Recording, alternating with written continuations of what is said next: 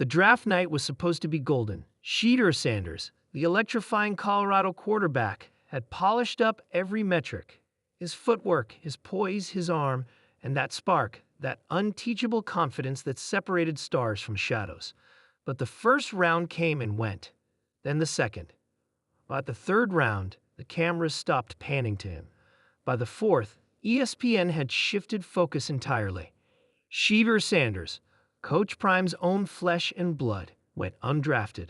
A month later, the world still hadn't stopped talking about it. "You good with this title, Shedeur?" the producer asked, sliding the draft segment teaser across the screen. From primetime to sideline, the Sanders saga. Shedeur blinked. He hadn't slept in 2 nights. The Gatorade bottle he nursed was more nerves than hydration. But he leaned forward. "Nah," he said flatly. "Change it." "To what?" He looked straight into the camera. "To the truth they won't say." He paused. "And add why 99% of the hate wasn't about me." Chapter 2. The interview that shook sports media aired on Monday night, opposite Monday Night Football. "Bad idea," said most producers. But when Shedeur's agent teased it on X, formerly Twitter, it racked up 10 million views in 3 hours. The interview opened in black and white, slow pans across old Deion Sanders highlights. Then it cut, jarringly, to Shedeur sitting on a gray leather couch, face tight, hoodie on. "Let's talk about it," said sports journalist Malika Reyes. "Your draft slide.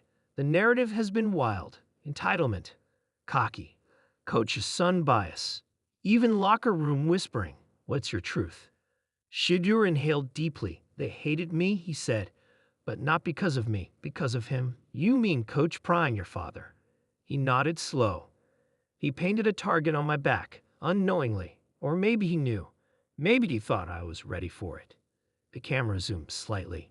"You're saying your father, Deion Sanders, is the reason 99% of the hate came your way?" "No," Shedeur said. "I'm saying 99% of the hate was meant for him. But I took the hit." Chapter 3. Flashbacks and fallout during Colorado's 2024 season. The media loved the flash. Coach Prime's press conferences went viral weekly. His sunglasses deal, his locker room sermons, the jewelry, the energy. But insiders whispered.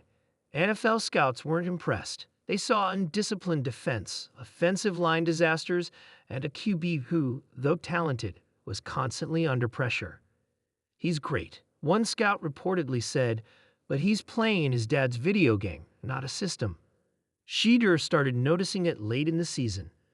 At a post-game presser, after throwing for 390 yards in a close loss, a reporter asked, "Is your dad holding you back?"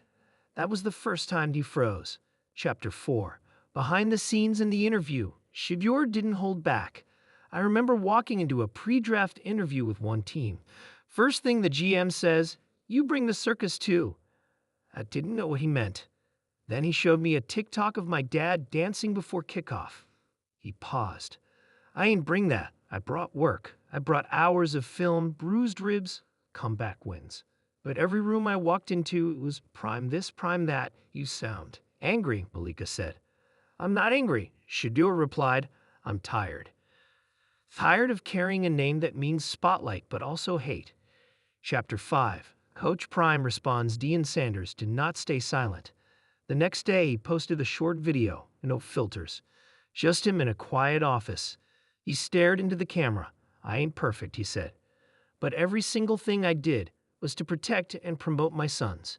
If you think being flashy hurts Shedeur, think again. That spotlight. That's how scouts even looked twice at Colorado." He leaned forward. "But if he says I went too far, I hear him. Doesn't mean I agree, but I hear him. Still love him like life itself." Internet exploded. #PrimesPrime trended #1 worldwide. Chapter 6. Team Sanders fractured. Reporters dug into old footage, trying to find cracks. Clips of sideline arguments. A moment in Week 7 where Shedeur ignored a play call. A tense handshake after a loss. But insiders revealed more. One anonymous player said, Deion was so focused on the message, he forgot the mechanics. Shedeur had to carry a broken O-line with a bullseye on his back. Another said, the NFL didn't see a quarterback, they saw a package deal. And they didn't want the package. Chapter 7. From hate to hustle, Shedeur didn't wait for pity. He signed with the Ravens as an undrafted free agent. No guarantees, no commercials, just grind. Lamar Jackson welcomed him with a quiet nod. "You don't talk much," Shedeur told reporters. "I respect that. I've heard enough talking to last a lifetime." But behind the scenes, he trained like a madman. First to arrive, last to leave. Word started to spread. "Kid's got it," whispered a Ravens assistant, "and he's pissed."